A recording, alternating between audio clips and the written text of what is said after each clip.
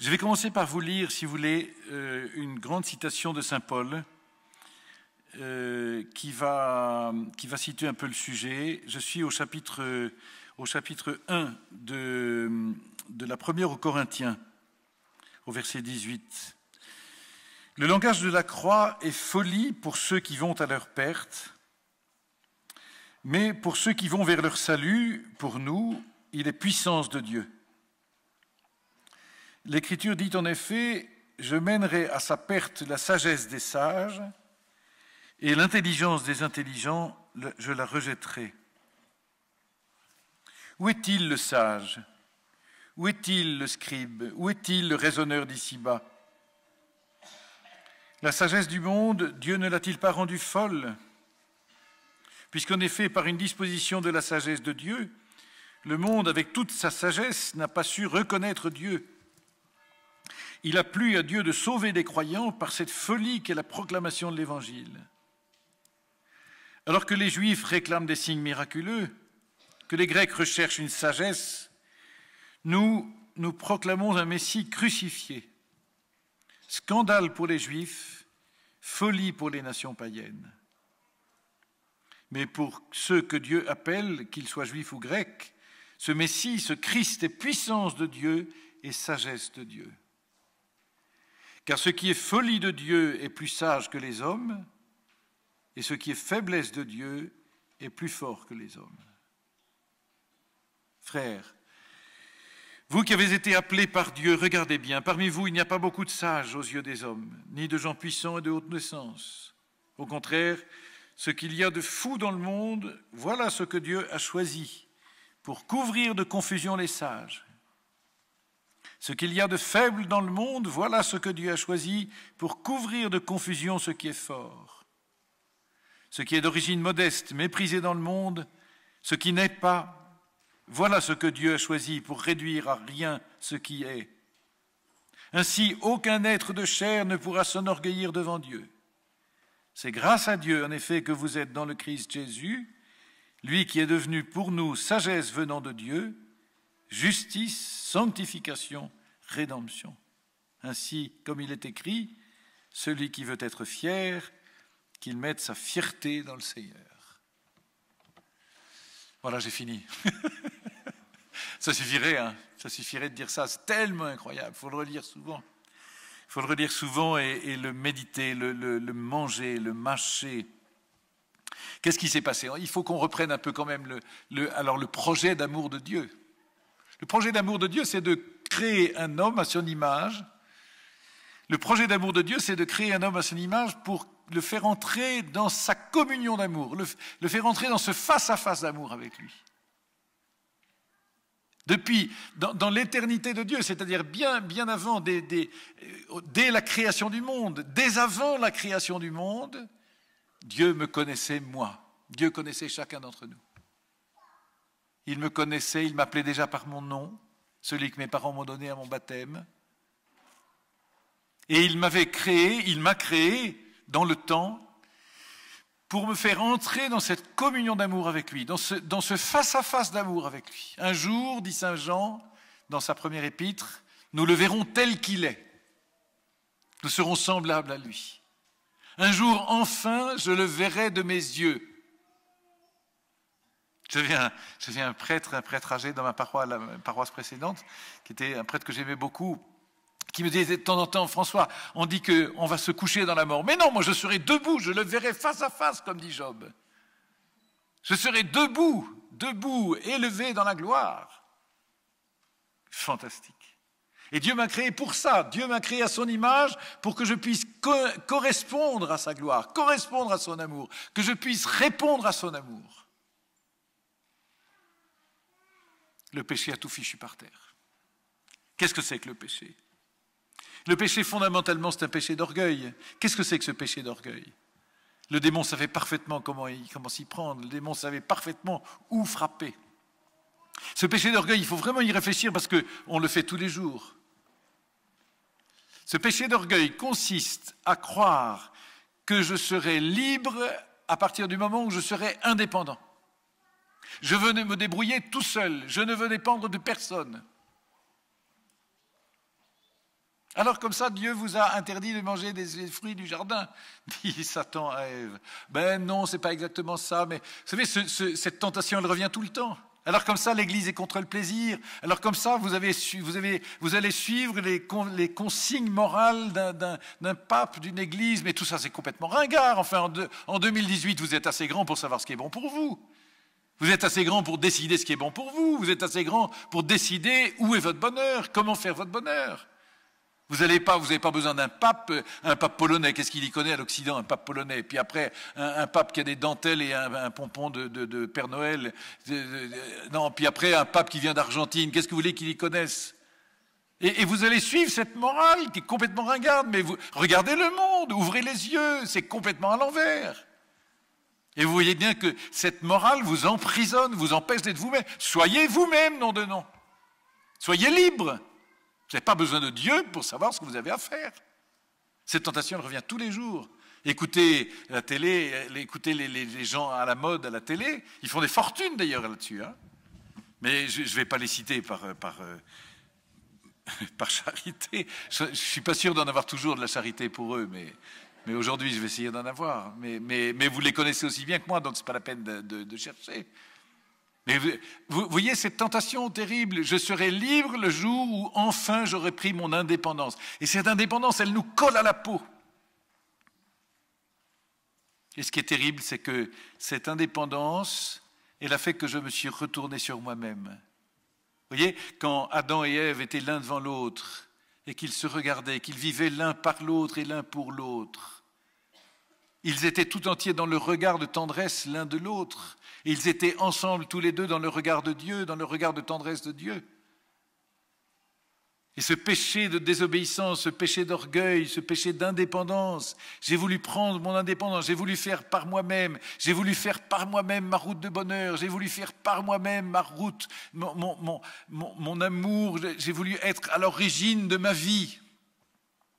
Alors je me suis retourné sur moi-même et tous les autres, finalement, deviennent soit des instruments, soit des ennemis. Et qu'est-ce qui s'est passé? C'est ce qui passe pour chacun d'entre nous. Adam et Ève se sont découverts nus, alors que jusqu'à ce moment-là, ils n'avaient aucune honte de leur nudité. Ils ont découvert cette nudité parce qu'ils se sont repliés sur... Ils ont découvert que par eux-mêmes, ils n'étaient rien. Ils ont découvert que justement, ils ont fichu en l'air ce qui faisait qu'ils étaient eux-mêmes. Et vous vous rappelez la conséquence, quand Dieu se promenait le soir dans le jardin, tout ça c'est imagé, mais c'est une image qui dit d'une façon extraordinaire cette réalité. Quand Dieu se promenait dans le jardin, comme tous les soirs, eh bien Adam avait disparu parce qu'il s'était caché. Adam, où es-tu? Je me suis caché parce que j'étais nu, j'ai eu peur. Qui t'a dit que tu étais nu? C'est terrible. Ce moment de la Bible c'est tragique. Jean-Paul II parlait souvent du drame de l'humanité. C'est un drame terrible. Un drame terrible parce qu'il y a comme une espèce de rideau qui est tombé. Il y a une espèce de chape de plomb qui est tombée sur l'humanité. Et ça, c'est le premier péché de nos premiers parents, mais c'est mon premier péché, c'est mon péché d'origine. C'est le péché qui m'habite au fond de moi-même. Et vous savez, ça traîne. Je veux me débrouiller tout seul. Déjà quand je suis petit, non, moi tout seul. Mais tu vas tomber, mon chéri. Oui, mais moi tout seul. Pan, je t'avais dit. C'est terrible. Hein. Quand on est petit, on veut devenir grand. Et quand on est grand, il faut redevenir petit. Maman, laisse-nous faire. Mais mes chéris, je ne veux pas dépendre de vous. Je ne veux pas vous embêter. Mais maman, tu nous embêteras beaucoup moins si tu te laisses faire. Laisse-toi faire. C'est dur de se laisser faire quand on est vieux, hein. C'est pas commode, hein? Redevenir comme des petits-enfants. Et quelquefois, ça va très loin, parce quand on est vieux, on devient incapable de tout. Mais justement, comme disait Monseigneur Léonard tout à l'heure, c'est ce qui nous prépare à la sainteté, c'est ce qui nous prépare à nous laisser faire, à nous laisser aimer. Qu'est-ce que c'est dur de se laisser aimer? On va y revenir tout à l'heure. L'illusion de la liberté, c'est une illusion épouvantable. Alors, ça aurait pu s'arrêter là, et puis tout est fini. Parce que l'homme, c'est-à-dire Adam et Ève, mes premiers parents, mais moi, toi, tout le monde, chacun d'entre nous, nous avons mis comme une espèce d'isolant entre Dieu et nous. Et je suis bien capable de mettre cet isolant, je ne suis pas capable de l'enlever, je ne suis pas capable de rétablir la confiance, je ne suis pas capable de rétablir la relation à Dieu. Et cette relation, elle ne m'appartient pas, c'est Dieu qui m'a créé. Mais moi, si je détruis la chose, je ne peux pas la recréer, je ne peux pas la rétablir par moi-même. Dieu a tellement aimé le monde qu'il a envoyé son Fils dans le monde pour que le monde soit sauvé par lui. Dieu a tellement aimé le monde. Le monde, c'est moi, c'est toi, c'est chacun d'entre nous. Dieu a tellement aimé le monde. Il est fou d'amour pour chacun. Et il a eu ce projet insensé de venir dans le monde, de ce côté-ci de la mort, pour rétablir le passage.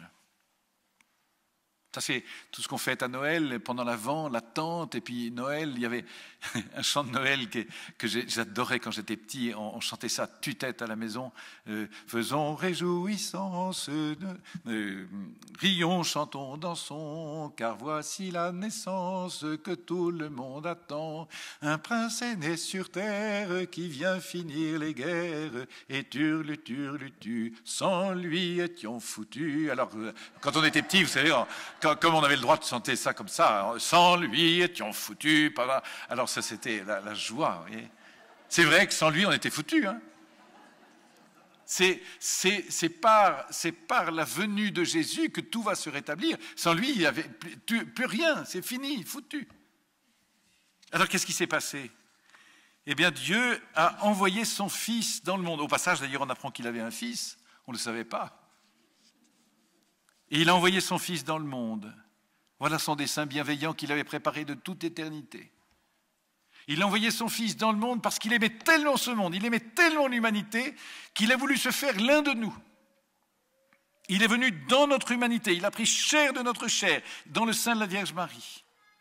Il a connu notre vie en toutes choses, excepté le péché. Et il vient dans ce monde pour vivre notre vie telle qu'elle est dans la loi de la mort. Il va mourir. Parce qu'il est homme, il peut mourir. Et il fallait qu'il soit homme, parce que sinon il ne pouvait pas mourir. Alors il va mourir, il va entrer dans la mort, dans cette mort que nous subissions, et sans pouvoir en sortir. La mort était comme un mur, la mort était comme un enfermement. Alors il va entrer dans la mort, et il peut y entrer parce qu'il est homme, mais parce qu'il est Dieu, la mort ne peut pas le garder. La mort ne peut pas le retenir. Alors, parce qu'il est Dieu, il va passer la mort et il va ressusciter. C'est très important. S'il n'est pas homme, il ne peut pas mourir, et donc sa mort n'est qu'une supercherie. Et s'il n'est pas Dieu, il ne peut pas ressusciter. Donc c'est un homme super balèze, mais tout ce qu'on nous raconte sur la résurrection, c'est du vent. Donc on n'est pas sauvé. Il est vrai Dieu et vrai homme. Alors sa mort va percer ce blindage, va percer cette plaque d'isolant. Vous savez ce que c'est qu'un condensateur? Il y a un isolant, puis avec une source de courant des deux côtés. Et puis alors ça tend, bon. Et puis s'il y a tellement de courant, s'il y a une surtension, slack, ça pète le condensateur, vous savez? Bon, et bien la mort, c'est comme cet isolant qui était entre Dieu et nous, il fait péter le condensateur. Vous voyez, il y avait un amour tellement puissant de chaque côté, le Père d'un côté, le Fils de l'autre. Il y avait un amour tellement puissant, c'est un courant pire qu'un courant électrique. Hein. Slack, ça pète le condensateur, et il y a du coup un passage dans la mort pour passer dans la vie.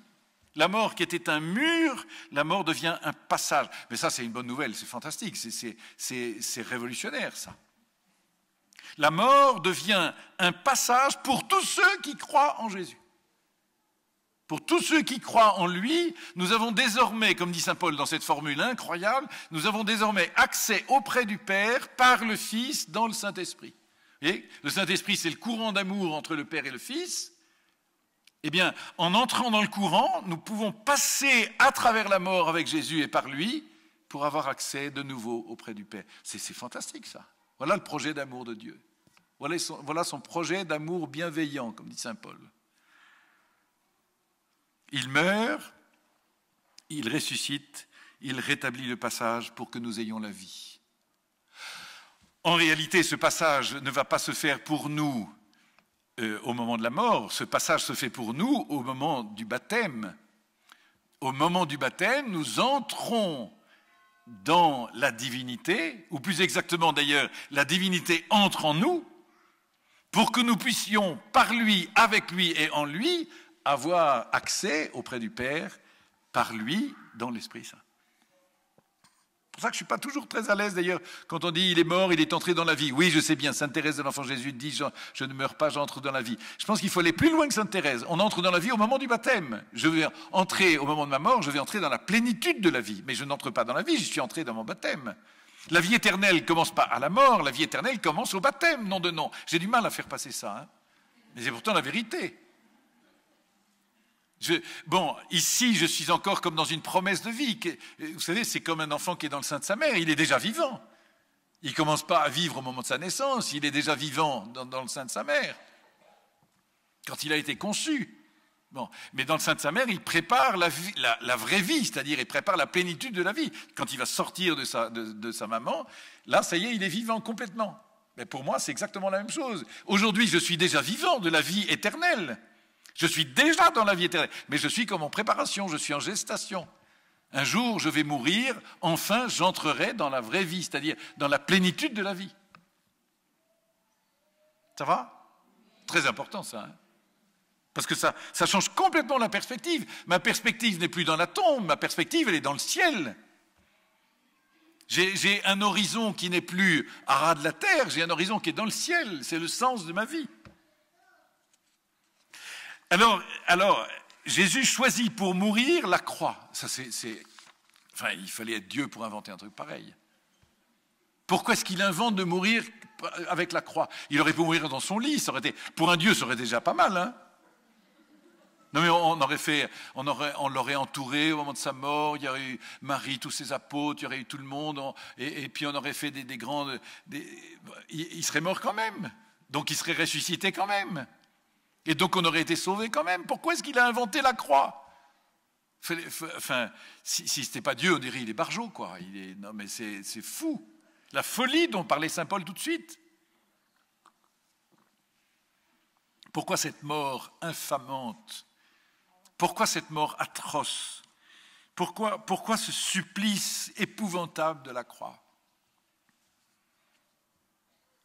La première chose, c'est que le premier péché, c'est un péché de désobéissance. Et donc, ce que Jésus va nous montrer, ce que Jésus va vivre au milieu de nous, c'est l'obéissance. L'obéissance à son Père. En toute chose, il s'est fait obéissant. Comme dit saint Paul, dans cet extraordinaire chapitre 2 de l'Épître aux Philippiens, lui qui était de rang, qui l'égalait à Dieu, il n'a pas revendiqué cette divinité. Au contraire, il s'est anéanti en se faisant serviteur, esclave. Et il s'est fait obéissant jusqu'à la mort et la mort de la croix. C'est pourquoi Dieu l'a exalté, l'a élevé au-dessus de tout et lui a donné le nom qui est au-dessus de tout nom. Nous avions désobéi, Jésus nous a montré ce que c'était que l'obéissance. Une obéissance d'amour. Nous, on a comme seule perspective de l'obéissance au garde à vous, vous voyez, devant un adjudant ou devant un flic ou devant un... D'ailleurs, dès que le flic a le dos tourné, on fait le contraire. Hein. Donc ce n'est pas vraiment une obéissance. Ça n'a rien à voir avec une obéissance d'amour. Jésus, c'est une obéissance d'amour. Mais qu'est-ce que c'est l'obéissance d'amour? Mais c'est le mari qui est fou amoureux de sa femme et qui dit « Ma chérie, je te promets, je ferai tout ce que tu me diras. » Bon, ça ne dure pas très longtemps, hein, mais en général. Mais quand on est amoureux, avouez que c'est quand même comme ça qu'on fait. Quelquefois, c'est l'épouse qui dit à l'époux « Mon chéri, c'est toi qui décides. » En fait, elle a déjà décidé, hein, mais bon, ça c'est un autre topo sur la vie du mariage, c'est autre chose. Quand il s'agit de Jésus, c'est pas pour le bluff. Hein. Il obéit en toutes choses à son Père, mais d'une obéissance d'amour. Et voilà ce qui va retourner complètement la chose. Jusqu'à Jésus, tous les hommes sont morts parce qu'ils ont subi la mort. La mort nous est tombée dessus comme conséquence du péché. D'accord? Je suis pécheur, donc je suis mort. Dieu est la vie. Tant que je suis dans la vie, tant que je suis en Dieu, je suis vivant. Si je me coupe de Dieu, je me coupe de la vie. Si je me coupe de la vie, je suis mort. C'est pas compliqué, hein? Jésus, lui, il va mourir, mais non pas parce qu'il subit la mort, il va mourir parce qu'il donne sa vie. C'est exactement l'inverse. Pour la première fois dans l'humanité, quelqu'un va mourir non pas en subissant la mort, mais en offrant sa vie. Ma vie, nul ne la prend, c'est moi qui la donne. Ça, tout est retourné. Et désormais, vous avez le choix, nous avons le choix, tous, chacun d'entre nous, nous avons le choix. Est-ce que nous mourrons parce que nous sommes pécheurs et parce que la mort nous tombe dessus? Ou est-ce que nous mourrons parce que nous offrons notre vie? C'est ce qui a beaucoup surpris les soldats et le centurion au moment de la mort de Jésus, quand ils ont cassé les jambes des deux malfaiteurs qui étaient avec lui, pour les achever. Vous savez pourquoi on cassait les jambes des malfaiteurs pour les crucifier, pour les achever? Parce que tant qu'on pouvait pousser un peu sur les pieds, sur le clou, on pouvait encore un peu respirer. C'était atroce comme torture, hein, mais on pouvait encore un peu respirer. Mais une fois qu'il n'y a plus cet appui sur le clou des pieds, ben, on meurt dans l'instant, on est asphyxié complètement. Et quand ils arrivent à Jésus, ils voient qu'il était déjà mort. Pourquoi il était déjà mort? Parce que ma vie, nul ne la prend, c'est moi qui la donne. Et Jésus a donné sa vie, il a devancé sa mort. Il est mort par amour, une mort d'amour. Il nous a aimés jusque-là. Je t'aime un peu, beaucoup, passionnément, à la folie, à la mort. Il en est mort, il est mort d'amour. Vous comprenez ce que ça veut dire? Il est mort d'amour, il donne sa vie. Et il donne sa vie en offrant sa vie, en étant exposé. L'amour exposé. Vous voyez, d'une part, c'est le seul, absolument le seul à être innocent, et donc c'est le seul, absolument le seul à pouvoir faire un sacrifice d'amour. Un sacrifice parfait. Comme on dit dans la prière eucharistique, le sacrifice pur et saint, le sacrifice parfait qui nous donne la vie. C'est-à-dire, parce que Jésus est le seul qui soit absolument innocent, il est le seul qui puisse faire ce sacrifice parfait. Et c'est le sacrifice parfait qui nous réconcilie avec Dieu. Mais vous savez, je suis dans une famille, j'ai un frère qui fait une énorme bêtise. J'ai un frère, j'ai une sœur qui fait une folie. Bon, maman est inconsolable. Et je voudrais pouvoir me sacrifier, je voudrais pouvoir donner ma vie pour rétablir, pour consoler maman, pour eux. Bon, ça ne la consolera jamais totalement. Mais quand même, je vois ce que ça peut être que de rétablir cette justice. C'est une maman qui voudrait se sacrifier pour son enfant. C'est un père qui voudrait se sacrifier pour son épouse. Lui, Jésus, il se sacrifie pour le monde entier, pour chacun d'entre nous. Mais un sacrifice qui rend gloire au Père, un sacrifice qui est parfait parce que c'est un sacrifice d'amour. Nous, le mot sacrifice est un mot un peu piégé. Le sacrifice, on va se faire mal, on va avoir faim, c'est dur. Mais non, le sacrifice, c'est d'abord un sacrifice d'amour, c'est un acte d'amour. Qu'est-ce que c'est sacrifier? C'est rendre sacré. Qu'est-ce que c'est rendre sacré? C'est mettre à part. Qu'est-ce que c'est mettre à part? C'est le réserver à Dieu. Il est consacré à Dieu, il est offert à Dieu. Mais ce sacrifice, c'est le seul qui puisse nous sauver parce que c'est le seul, c'est l'agneau sans tache, comme l'avait prédit Jean-Baptiste. Et cet agneau, on va en reparler tout à l'heure, qui était déjà préparé depuis très très longtemps.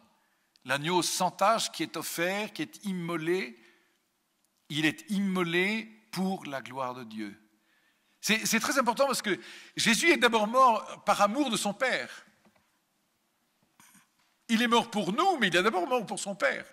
En fait, et ça c'est quelque chose qu'il faut vraiment comprendre parce que ça renverse complètement notre manière de regarder la chose. En fait, Jésus manifeste dans le temps et dans l'espace l'offrande qu'il est éternellement à son Père. De toute éternité, le Fils est vers le Père. Le Fils est offert au Père. Le Fils reçoit tout. Le Père donne tout à son Fils. Et comme Dieu ne peut pas donner qu'un peu de ce qu'il est, il se donne tout entier. Bon, le Père se donne tout entier au Fils. Le Fils est tout entier donné au Père. À cause du péché et parce que Jésus va exprimer cet amour de ce côté-ci de la tombe, dans notre monde, ce sacrifice devient sanglant. Et ça, c'est à cause du péché. S'il n'y avait pas eu de péché, ce sacrifice, il est éternel. C'est-à-dire, Jésus manifeste l'amour qu'il a pour son Père, mais à cause du péché et à cause du péché des hommes, cet amour devient une offrande sainte, une offrande de toute la vie. Et cette offrande, elle est sanglante, elle est cruelle, elle est affreuse, parce qu'il est mort d'amour, mais à cause de nos péchés. Est-ce que je me fais comprendre? C'est fondamental de comprendre ça. À la limite, si j'allais encore un peu plus loin, s'il n'y avait pas eu de péché, Jésus aime son Père et l'aime infiniment. Il ne serait pas mort parce qu'il n'y aurait pas eu de mort, puisqu'il n'y aurait pas eu de péché. Mais à cause du péché et à cause de la mort, il est entré dans la mort, mais il y est entré d'une façon qui exprime ce sacrifice et qui l'exprime d'une façon parfaite.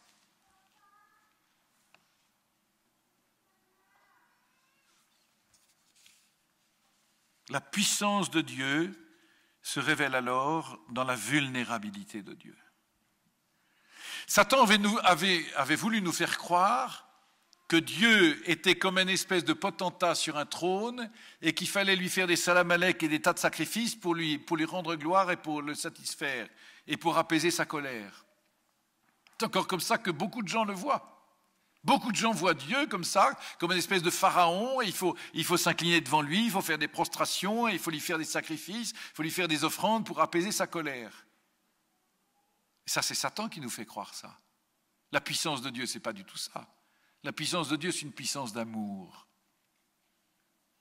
Et justement, Jésus crucifié va révéler cet amour, l'amour crucifié, l'amour offert, l'amour exposé. J'ai souvent dit ça et je l'ai déjà dit ici, mais je le redis parce qu'on y entre sans cesse un peu plus profondément. J'ai découvert ça il y a quelques années, évidemment, avec la mort, la passion d'abord et la mort de Jean-Paul II.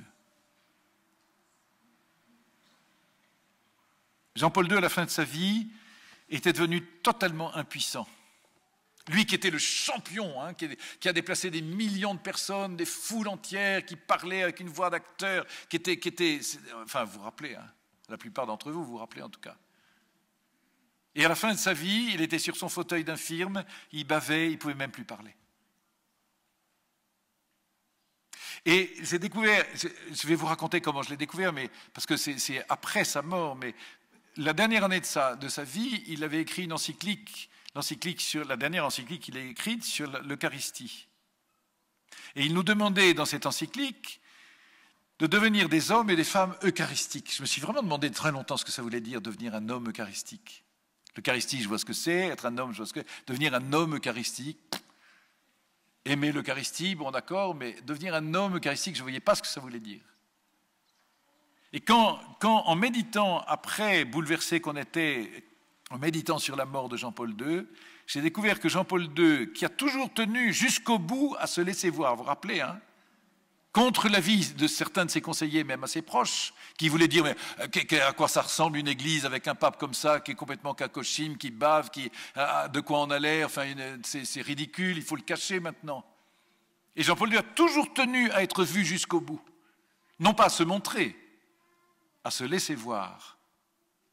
Et sous les caméras du monde entier, Jean-Paul II s'est laissé voir comme il était, comme une victime d'amour. L'amour exposé. Il était exposé au monde entier. Devant un Jean-Paul II bavant sur son fauteuil, vous pouvez faire ce que vous voulez. Vous pouvez cracher dessus, vous pouvez le critiquer, vous pouvez rigoler, vous pouvez vous moquer, vous pouvez, ou alors vous pouvez dire « Ah ouais ». Amour exposé. Je pose toujours cette question maintenant. Est-ce que vous êtes de l'amour qui s'impose ou est-ce que vous êtes de l'amour qui s'expose? Ça change tout. Jésus, il est le modèle absolu, évidemment, au-delà de tout. Il est le modèle de l'amour exposé. Exposé nu sur la croix. Devant Jésus, exposé nu sur la croix, cloué sur le bois. Vous pouvez faire ce que vous voulez. Vous pouvez cracher dessus, ce que beaucoup ont fait et font encore. Vous pouvez vous moquer, vous pouvez hurler, vous pouvez vous révolter. Ou vous pouvez vous incliner et dire « Seigneur, je t'adore ».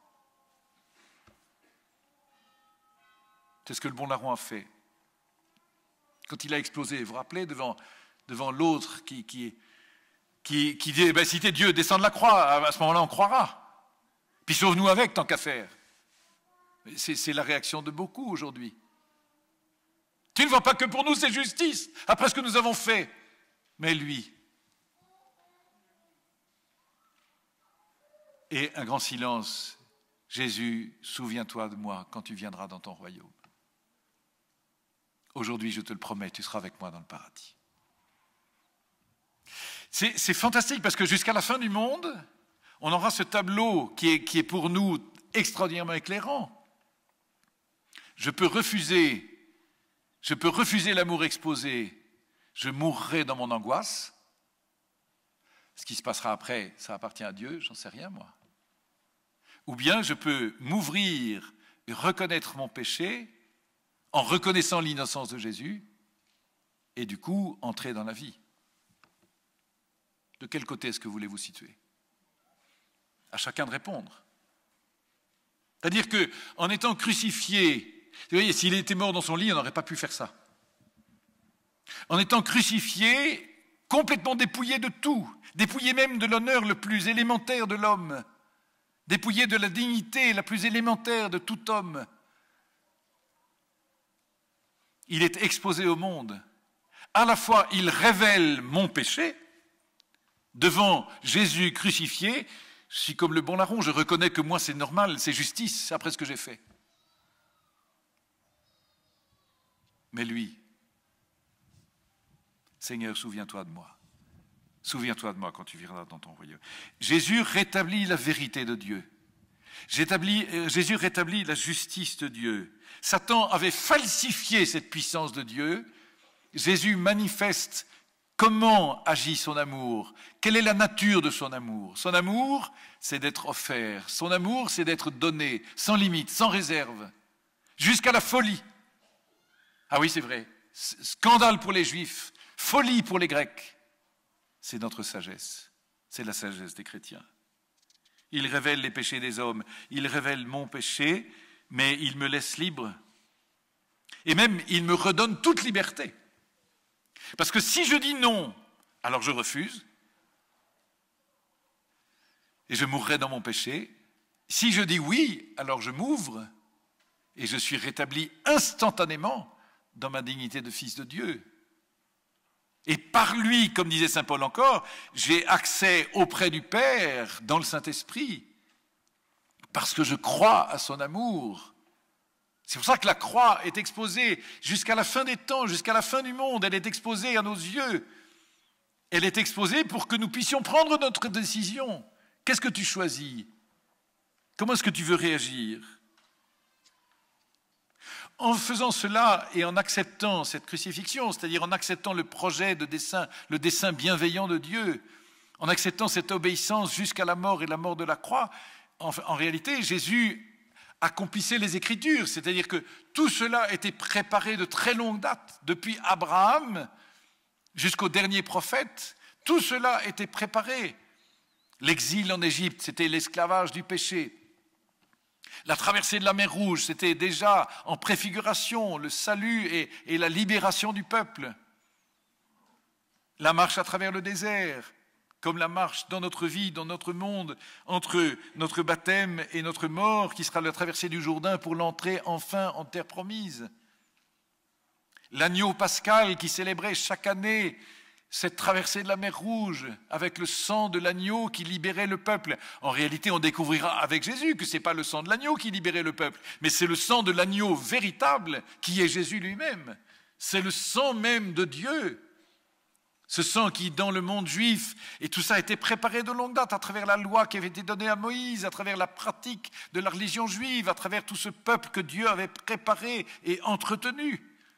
Pourquoi est-ce que le sang avait tellement d'importance dans cette ancienne alliance? Pourquoi est-ce que le sang des animaux ne pouvait jamais en aucune manière être consommé? Parce que le seul sang, le sang véritable qui nous réconcilierait définitivement avec Dieu, c'est le sang de l'agneau. C'est le sang de Jésus. Et quand Jésus va donner sa chair à manger et son sang à boire, vous vous rendez compte le scandale? C'était l'évangile le dimanche dernier, pour ceux qui vont à la messe le dimanche. Mais comment celui-là peut-il nous donner sa chair à manger? Ah, si vous n'entrez pas dans le mystère, si vous n'entrez pas dans cette perspective, non seulement vous ne comprenez rien, mais vous restez dans le scandale. Vous restez à l'extérieur, vous restez dans vos péchés. Il accomplissait cette extraordinaire prophétie d'Isaïe à laquelle Monseigneur Léonard faisait allusion tout à l'heure, ce chapitre 52 d'Isaïe. Je vous en lis juste un petit passage, mais mon serviteur réussira, dit le Seigneur. Il montera, il s'élèvera, il sera exalté. Jésus lui-même le dit, quand je serai élevé de terre sur la croix, j'attirerai à moi tous les hommes. La multitude avait été consternée en le voyant parce qu'il était si défiguré qu'il ne ressemblait plus à un homme. Il n'avait plus l'apparence d'un fils d'homme. Il étonnera de même une multitude de nations. Devant lui, les rois resteront bouche bée, car ils verront ce que jamais on ne leur avait dit. Ils découvriront ce dont ils n'avaient jamais entendu parler. Qui aurait cru ce que nous avons entendu? Le bras puissant du Seigneur, à qui s'est-il révélé? Devant lui, le serviteur a poussé comme une plante chétive, une racine de terre aride. Il était sans apparence ni beauté qui attire nos regards. Son aspect n'avait rien pour nous plaire. Méprisé, abandonné des hommes, homme de douleur, familier de la souffrance, il était pareil à celui devant qui on se voile la face. Et nous l'avons méprisé et compté pour rien. En fait, c'était nos souffrances qu'il portait, nos douleurs dont il était chargé. Et nous pensions qu'il était frappé, meurtri par Dieu, humilié. Or, c'est à cause de nos révoltes qu'il a été transpercé. À cause de nos fautes qu'il a été broyé. Le châtiment qui nous donne la paix a pesé sur lui. Par ses blessures, nous sommes guéris. Nous étions tous errants comme les brebis, chacun suivant son propre chemin. Mais le Seigneur a fait retomber sur lui nos fautes à nous tous. Maltraité, il s'humilie, il n'ouvre pas la bouche. Comme un agneau conduit à l'abattoir, comme une brebis muette devant les tondeurs, il n'ouvre pas la bouche. Arrêté puis jugé, il a été supprimé. Qui donc s'est inquiété de son sort? Il a été retranché de la terre des vivants, frappé à mort pour les révoltes de son peuple. On a placé sa tombe avec les méchants, son tombeau avec les riches, et pourtant il n'avait pas commis de violence. On ne trouvait pas de tromperie dans sa bouche. Broyé par la souffrance, il a plu au Seigneur. S'il remet sa vie en sacrifice de réparation, il verra une descendance, il prolongera ses jours. Par lui, ce qui plaît au Seigneur réussira. Le dessein bienveillant d'amour de Dieu. C'est fantastique, ça. C'est-à-dire que quand on relit toute cette ancienne alliance, tout cet ancien testament dans notre Bible, tout prend enfin forme et couleur parce qu'on comprend comment Dieu préparait à travers son peuple cet événement unique de la passion et de la croix du Seigneur qui ouvrirait grandes les portes du ciel à tous ceux qui désormais entreraient dans la foi en l'Évangile. Est-ce que tu crois, toi? Parce qu'au fond, cette réalité, elle se poursuit. On pourrait encore longtemps parler de Jésus crucifié. Il faudrait reparler, mais je l'ai fait l'année dernière, parler de ce cri « Mon Dieu, pourquoi m'as-tu abandonné ?» où Jésus descend dans l'extrême détresse de l'humanité blessée. Tout homme blessé, tout homme en détresse peut trouver en Jésus quelqu'un qui va le comprendre, parce que Jésus l'a rejoint dans l'extrême abîme de sa souffrance et de sa détresse. Mais le secret des secrets, et finalement c'est ça qui est le plus important pour nous ce matin, c'est que Jésus a voulu nous associer à son sacrifice. Pendant longtemps, pardonnez-moi ce petit témoignage personnel, mais pendant longtemps, pendant mon enfance, j'ai eu la chance de vivre avec des parents très chrétiens. Je n'ai pas connu, j'y peux rien, mais Dieu m'a donné ça. J'ai pas connu ce que beaucoup connaissent, la crise de foi, vous voyez, vers l'adolescence. Non, j'ai pas eu de crise de foi, jamais. Mais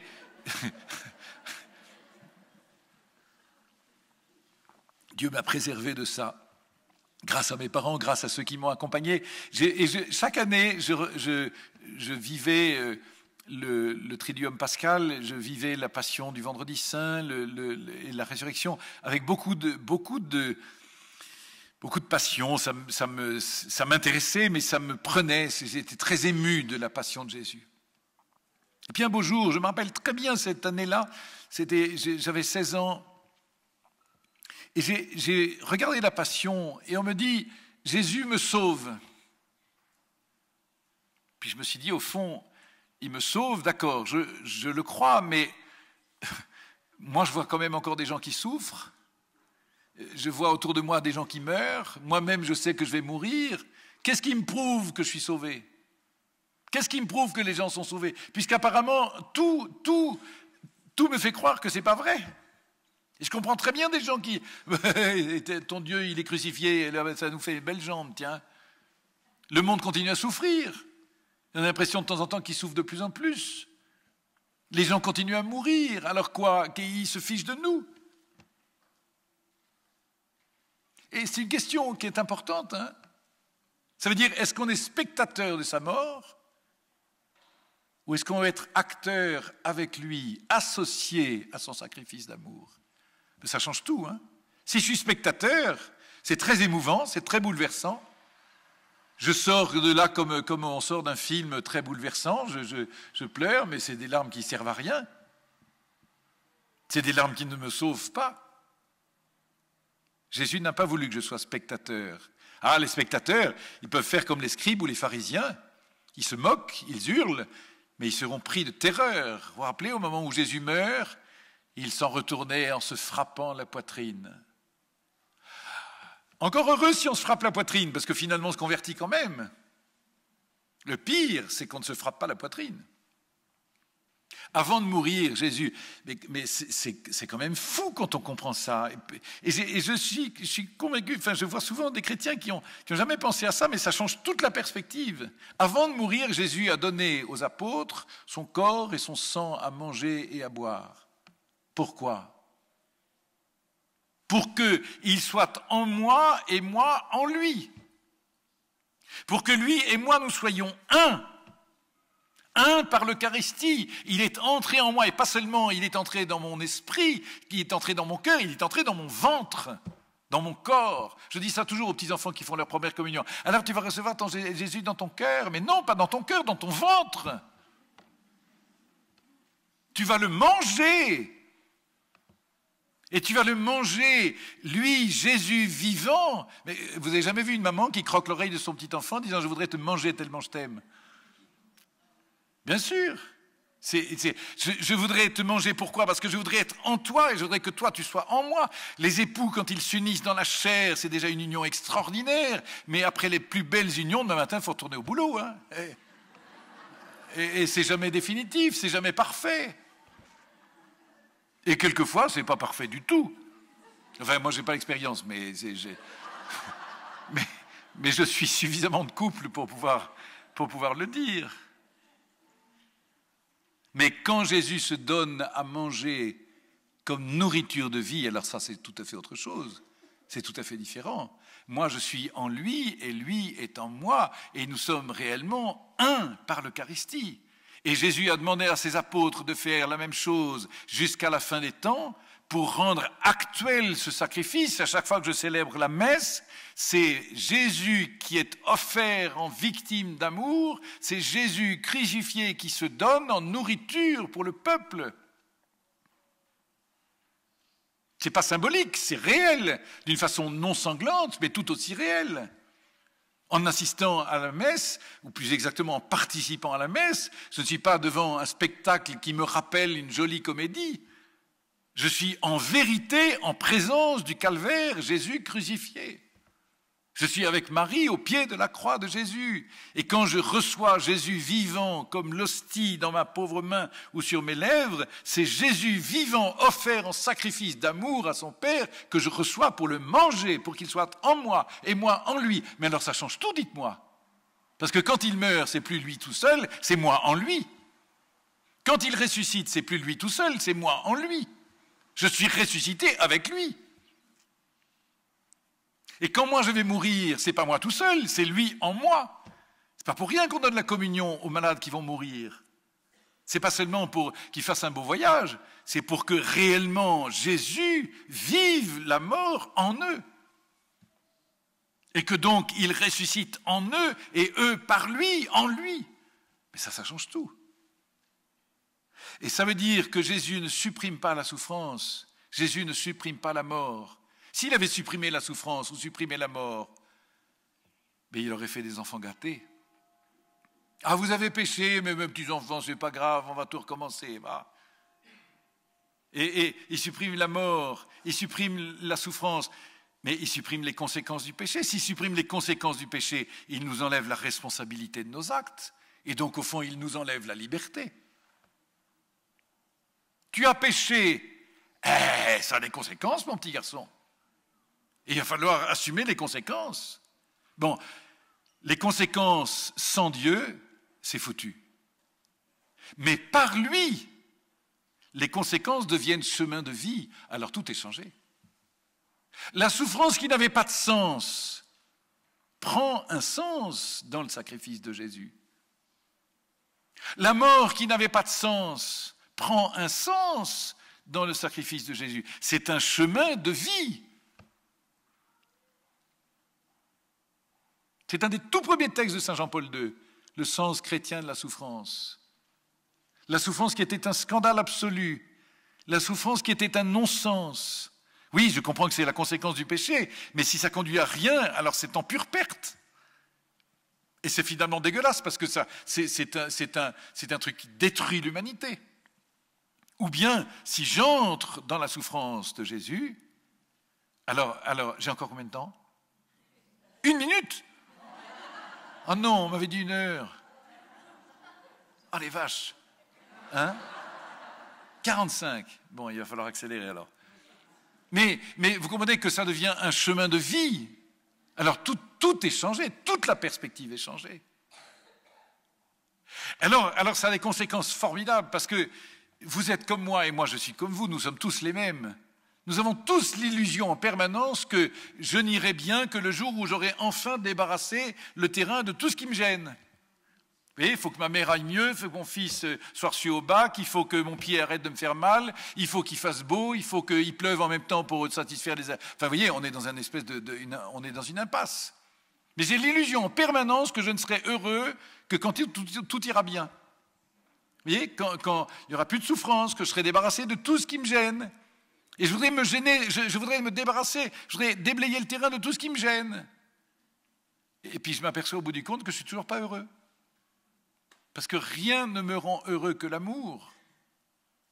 Et Jésus me révèle cette chose révolutionnaire pour le coup, que la souffrance peut devenir, si je le veux bien, si je l'accepte, si je l'accueille, la souffrance peut devenir un chemin d'amour.